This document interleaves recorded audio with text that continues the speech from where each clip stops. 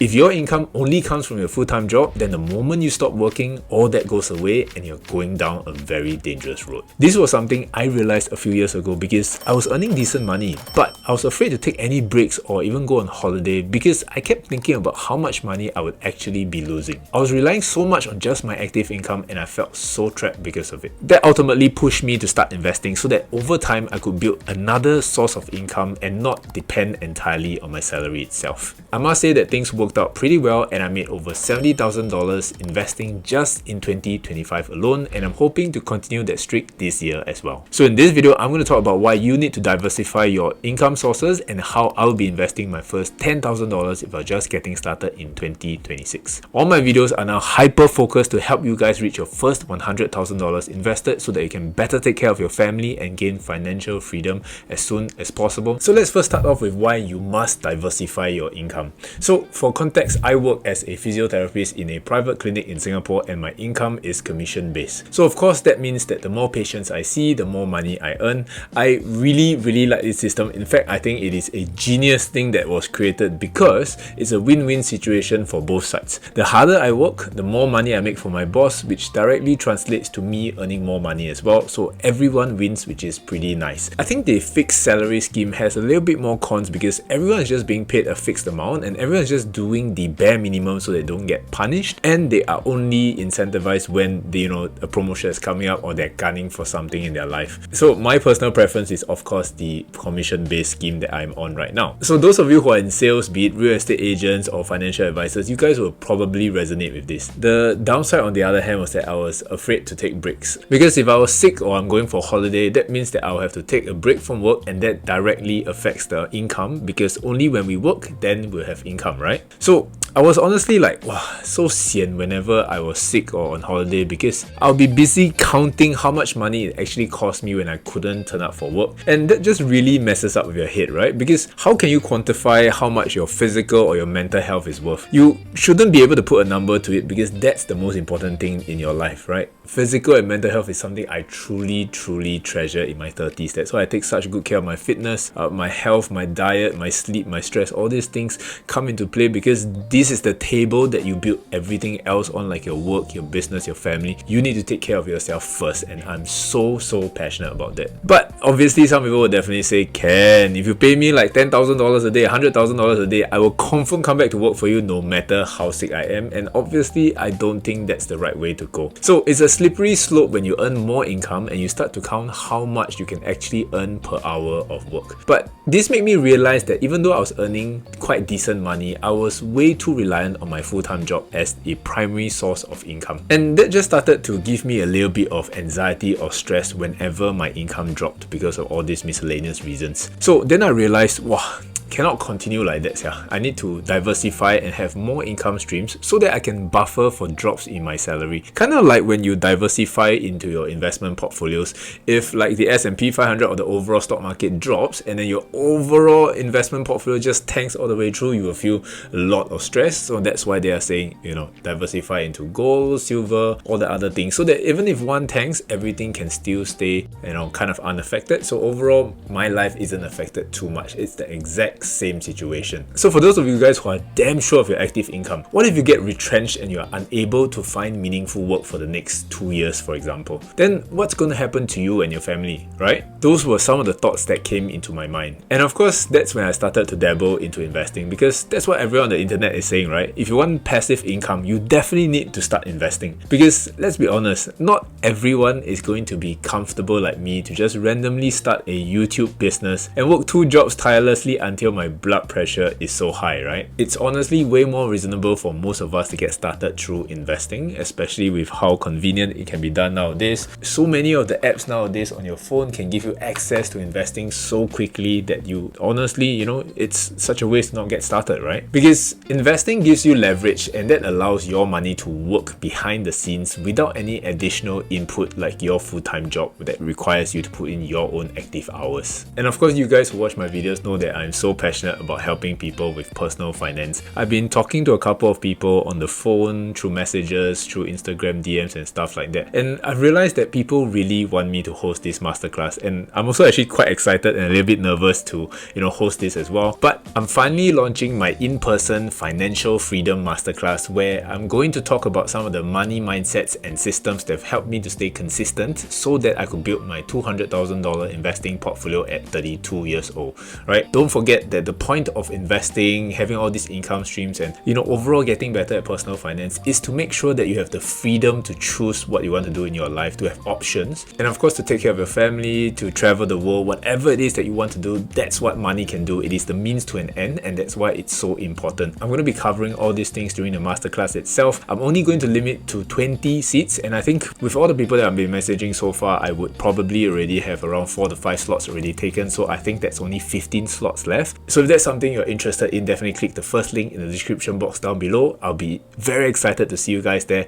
I will close the applications once all 20 seats are taken. Anyway, if you're coming, see you guys there. If not, let's continue with the video. And that brings us to how I would start investing today in 2026 if I was just getting started. The investing world probably seems very scary and complicated nowadays, especially when there is so much information out there. Even I'm scared, right? There's so many things out there. Index funds, dividend stocks, ETFs, gold, silver. The list is endless when you really go online to search for it. So because of that, I'm guessing what most people do is they just procrastinate because of this analysis paralysis, and they just overall shy away from this topic because it's just so complicated. So when you're just getting started, I think what you need are quick wins in order to generate more momentum. Take fitness for example. Let's say you wanted to start losing weight. If you did a bunch of things and then you see yourself on the weighing scale and then you see, hey, there's not much weight loss, so then you feel very depressed very quickly, right? And then you just kind of give up. But if you see like 1 kg, 2 kg down within the first couple of weeks, wow, you feel so motivated and incentivized that you want to do more things. You probably go and read up on more things to find out, wow, how can I get this further? How can I optimize this further and get yourself better? That's the power of momentum to get you going. So let's start. Firstly, I would definitely start off with a low commissions platform with a decent new user promotion. That's really important to get started. That means when I execute the buy trades on this platform itself, it will be cost effective and I'll be able to participate in the welcome rewards just for signing up. One of these platforms that I'm using right now is the LongBridge Singapore app, and you can see from this screenshot here that I have just over $10,000 on this platform itself. I'm not gatekeeping anything, right? What I did when I first got onto the app was to deposit $10,000 so that I could qualify for the second tier of the new user promotion. All I had to do was to deposit the money, keep the money in there for 90 days and complete 5 buy trades. What I got was the 5% interest boost on the first $2,000 placed in their money market funds for 90 days and a free Apple share worth $200+ at that time. $200+ US dollars at that time, I think. The timing was also pretty good because I chose VOO, which is the overall US stock market, for the 5 buy trades. So by the time the 90 days was up, the stock market also happened to be trending up coincidentally, which means the VOO stock that I bought had also appreciated in price. So if you guys are interested, LongBridge Singapore is now running their new user promotion where you can qualify for $300 worth of Nvidia shares if you deposit $10,000 and a 10% interest boost on $2,000 for 180 days placed in your money market funds if you sign up with my link down below in the description box or scan this QR code right here. Again, no pressure, I'll leave all the details down in the description box if you are interested.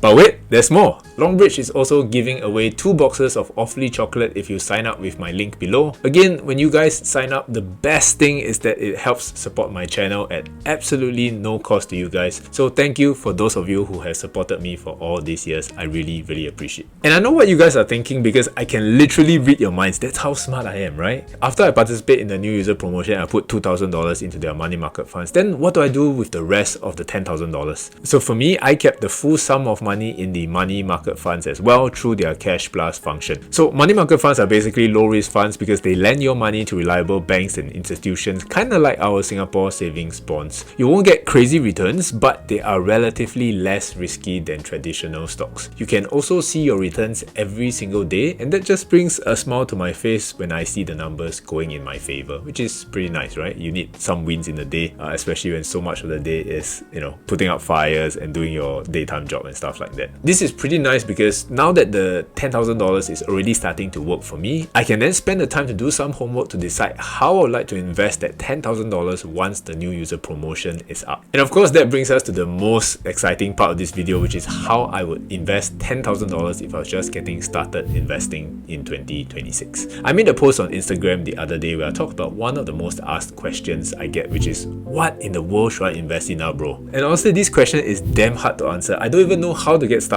with answering this question because people think it's as easy as, hey, you just tell me what to invest in, then I just invest blindly, and somehow that's going to work out in the investing world. You're basically risking your hard-earned money to invest into something, so it should be something that you are comfortable with. You can't just listen to someone on the internet, someone like me or someone like anyone else just tell you, hey, this one is something you should invest in, then you just go for it. It's not going to work like that. You should be questioning everything and trying things out for yourself. There are so many factors out there that concern you, like what kind of life stage are you at? What big commitments do you have coming up? Like I have weddings, renovations coming up, and most importantly, what is your risk appetite? What are you comfortable holding so that you can sleep comfortably at night?